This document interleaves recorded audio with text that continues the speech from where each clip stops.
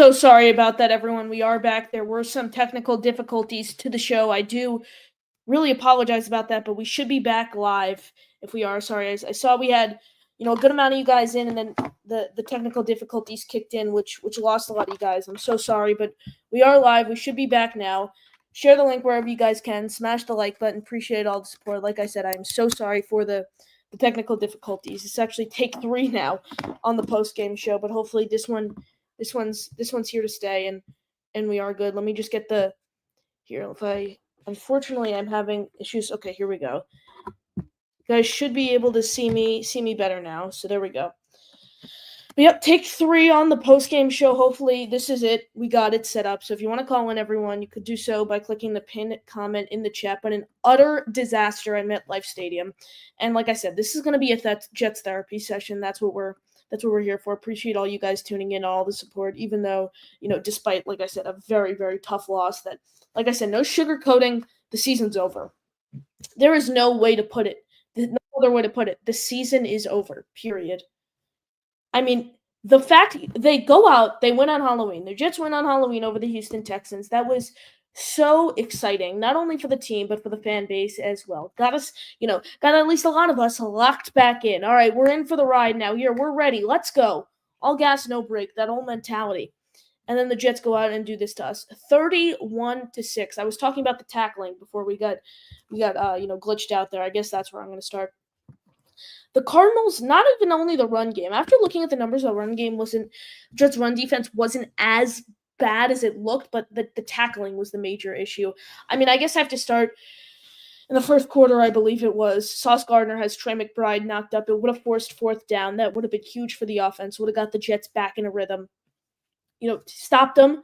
Well, at least looked like what stopped them. And then boom, just Trey McBride breaks Sauce's tackle and just cuts for a first down. I think that was kind of the tipping point of the tackling, and it continued. Jeff Ulbrich spoke about it during his media availability this week. He spoke about it while speaking to the sideline reporter for CBS during halftime, and it killed them. I think, seriously, that is what lost the Jets this game, the tackling. And it's been a problem all year long. Tackling and run stuffing have been the 2 biggest defensive woes for the Jets. Tackling and run stuffing. Simple. And never in my life would I think the defense would technically be the epitome of the season if you think about it. We always thought, okay, this is a top defensive unit in the league, and that's what has stopped this team from having success the past few years. The poor offensive play, so to speak. One quarterback away. If we just have a healthy Aaron Rodgers, hear that saying for so long. Doesn't pan out to work. Through the season's first 10 weeks, this team's 3-7. They play the Colts next week, then they have a bye week. Season's practically over, and it's November 10th. I know we said this after the Patriots loss, but I mean now, like I said, there's no other way to put it. Now they've dug themselves into such a deep hole at 3-7. Not having the tiebreakers as well against the Steelers or the Broncos, this team's not making the playoffs. The season is over on November 10th. Not officially. They still have, I think, a 16% chance to make the playoffs, but come on, guys. We all know this team is not making the playoffs. It's just, I said it last week, not last week, excuse me. I said it after the Patriots game. Dysfunctional was the only way I could put it. Saleh was used as the scapegoat. Meanwhile, Jeff Ulbrich had 2 challenges today. He threw the flag. The Jets got called for a timeout on both of them because he did not know the rules. He did not know you could not challenge both of those plays. The Jets got called for 2 timeouts. One came in the first half, one came for the second half. Just incompetent. The penalty issues continued. What else is there?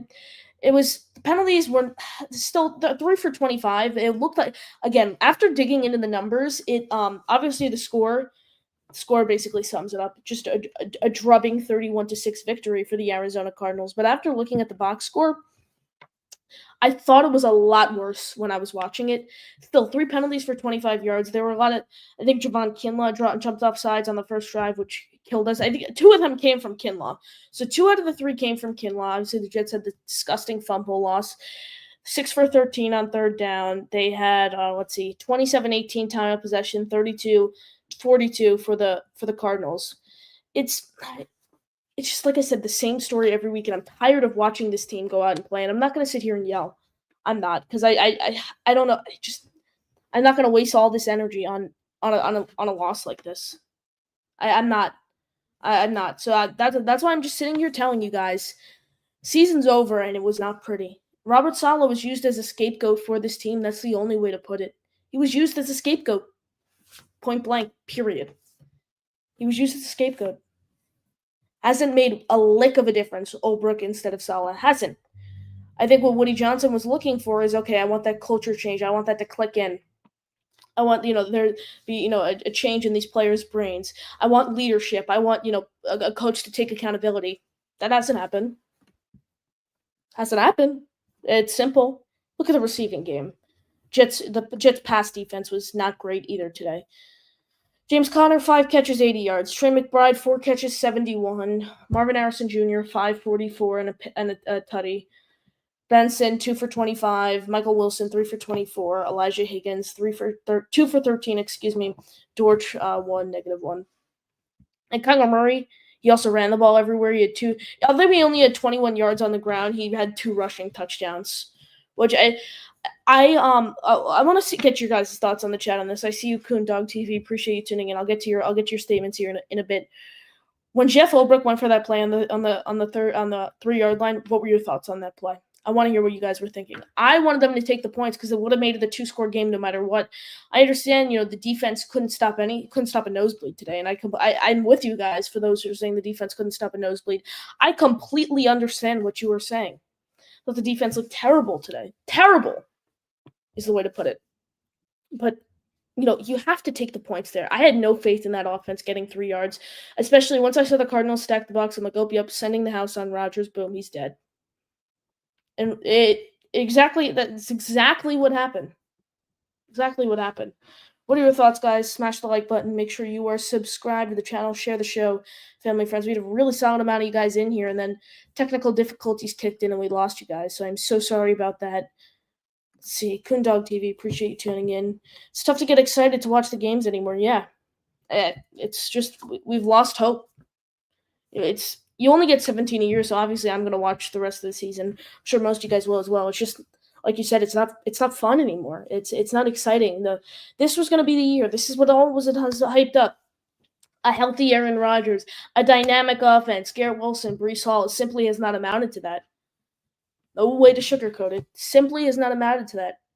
I would never think, I think through 10 weeks I'd be sitting here saying if you told me before the season started that I was going to be sitting here on November 10th talking about the Jets 3-7 start and losing to the Arizona Cardinals by a score of 31-6, I would have called you crazy.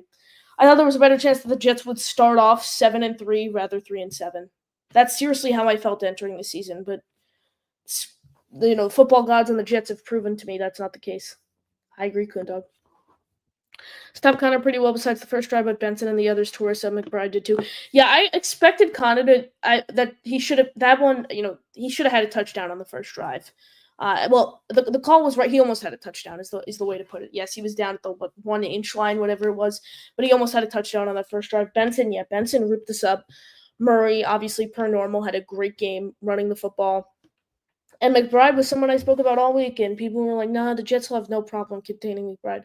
Jets have never been able to cover tight ends. Never been able. And then you compare him to like an elite level player like, the Jets secondary to an elite level player like McBride. I knew they were going to get killed. I knew McBride was just going to kill him today, and that's exactly what happened. Exactly what happened today. Joe Garno, what an embarrassment. We simply have no idea about a win in over the hill. Rodgers cannot lead us to a 500 record, guys. Wake up, Sauce is overrated, overhyped, and would rather sign Reed. Yeah, well, Sauce is still on his rookie contract, Joe Grana. I completely agree with what you're saying. You're saying trade Sauce there too. I think signing Michael Carter II over DJ Reed. Well, DJ Reed's gonna walk. We all know that. So let's get that off our chest. They signed Michael Carter this huge deal. That was not a great deal. He has done nothing this season. I get it, he's been injured, but he has done absolutely nothing this season. 3 years, $70 million, the highest paid slot corner in NFL history. Highest paid slot corner in NFL history. History. Not the current day NFL. NFL history. So you do that, and then you risk losing someone like DJ Reed, which is a killer. Because DJ Reed is someone who I think is one of the most underrated Jets in the 21st century.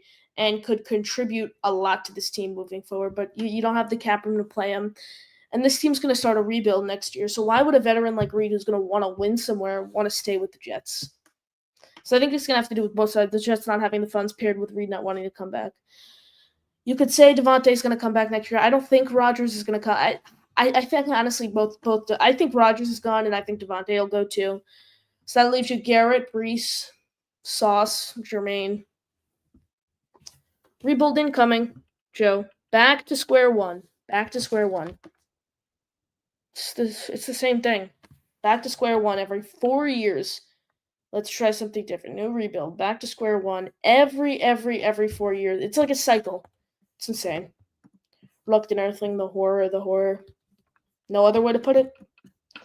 14 years now, no playoffs. Now the Jets aren't officially eliminated from the playoffs. There is like a path for them to get in, but it's not happening. Let's be realistic. This team is not going to the NFL playoffs this year. And I hope they do, and you guys can clip this and put this everywhere, me saying they're not going to go to the playoffs in, what are we, week 10, entering week 11 now? I hope that happens. I hope the Jets make the playoffs. It's just not happening. So going on 14 years now, you could say, this team not making the playoffs. The horror. Only way to put it, I haven't seen a playoff game in my lifetime, guys. Have not seen a playoff game in my lifetime. And that continues through this season. The anticipation. They sucked us in for the year. This is it. Nothing. You start off 3-7. Could they make the playoffs in the Arena League? Maybe. I don't even know about that. Luck and everything. There's a lot of hardworking teams in there that are not going to be soft and give up. So I don't even know. Appreciate the support here, guys. We'll move over to the offensive side of the ball and wrap it up. Rodgers, 22-35, 151 yards. I know people were blaming Devontae for that drop. Rodgers lucky that wasn't an interception. Rodgers was lucky that wasn't an interception. He could have thrown a pick. I didn't think Rodgers looked great today. He was obviously getting killed. He went to the medical tent at the time. I thought Tyrod was going to come in. Not his best game, but he was under deluge the whole time. The ground game, Breece Hall, 10 carries, 52 yards. He looked fine, 5.2 yards per carry. Can't complain. Braylon had a bit of a better game compared to what we've seen from him the past few weeks. 7 carries, 27 yards, 3.9 per carry.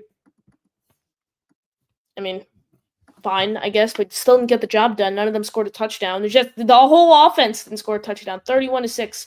Jets scored 2 field goals. That was it. Receiving game, Garrett, 5 for 41. Fine. Devontae, 6 for 31.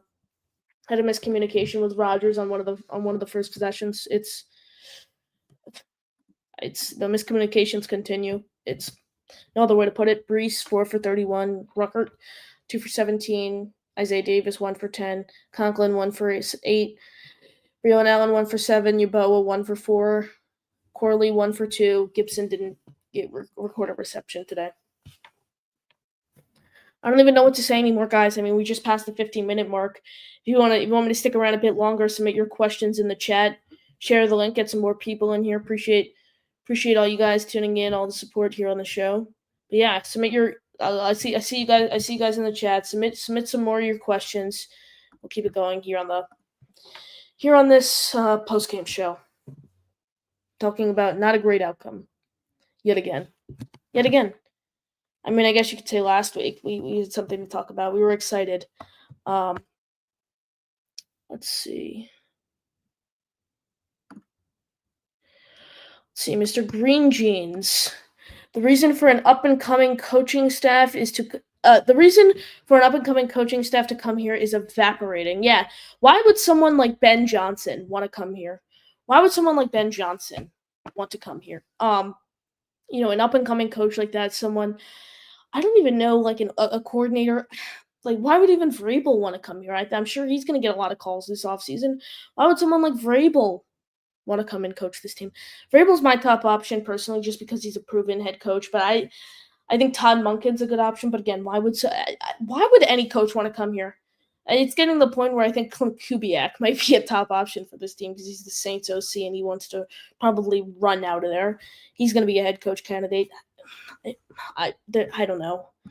But yeah, I completely agree. Someone like Ben Johnson is not going to want to come and coach this team. A young up-and-coming coordinator. I can maybe see Monken because he was, someone who the Jets were heavily involved in talks with. when Salah got hired in 2020, so I can maybe him, but yeah, I completely agree with your statement. Gary King, I was 7 the last time the Jets made the playoffs. Now I'm 21. This franchise is such a disgrace. Yeah, I was -1 the last time the Jets made the playoffs. Now I'm 13. It's crazy, Gary. It's insane. Green jeans, everything we need on defense, we let go in the offseason. Not a good look for GD. I mean, we could play the blame game with JD all we want, but yeah, it's say those pieces. I mean, Huff hasn't made incredible noise this season. Reddick's done nothing, given he's only been here for weeks with the holdout. It's easy to blame JD, but I think a lot of it comes down to leadership, taking accountability, and disciplined play. I think that's what's been the epitome of this defense. Not necessarily even the defense, just the whole team overall. So we could point fingers at JD, and I'm not disagreeing with you here. It's just there are more pressing issues than I think to blame JD here. Reluctant Earthling, I seriously tried to abandon this NFL season and cancel my Game Pass subscription, but they canceled my payments and left the service running. I can't even escape if I try. So, Reluctant Earthling, what is it like as an out-of-market fan paying to watch this team? Paying to watch this team. Insane. Green Jeans, hats off to Garrett Wilson for playing right. I can't believe the players seem so non-competitive. Yeah, I mean, I thought Garrett did a good job. 5 for 41. I thought he did a really solid job of holding on to that ball. I thought he was going to get annihilated because given how light it is, he's always had that great mentality though. He always has. No wonder playing with someone like Zach Wilson or playing with someone like Aaron Rodgers. He's always had such a great mentality, which has let him have so much success in this league. Green Jeans, Mike Williams with the game winner in Pittsburgh. Yeah, I saw that live. That was a crazy play. He was on the red line that time, but it was blown coverage. Yeah, good for Mike Williams, though. I'm hoping he has success. I really am hoping he does in Pittsburgh. Take one more question here before we wrap. Though we had so many superstars on our team, I think Garrett is the only one.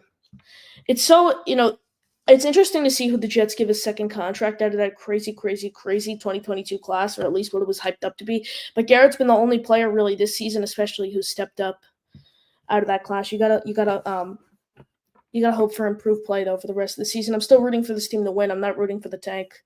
I'm not gonna do that. I think Smith's get the starting job at tackleback. Well, Green Jeans, they said it was a neck injury, which basically precluded him from playing, but I think they put Olu in. I do think they give it back to him, but if they lose next week and he continues his abysmal play, I think it's Olu's spot. I want to see Olu win. The Smith experiment I think has failed.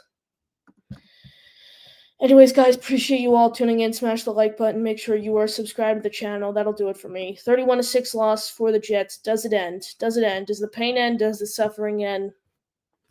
Another year now. Basically, no playoff going on to 14 years. But appreciate you guys sticking with me. Smash the like button. Make sure you are subscribed to the channel. Connor Long signing off.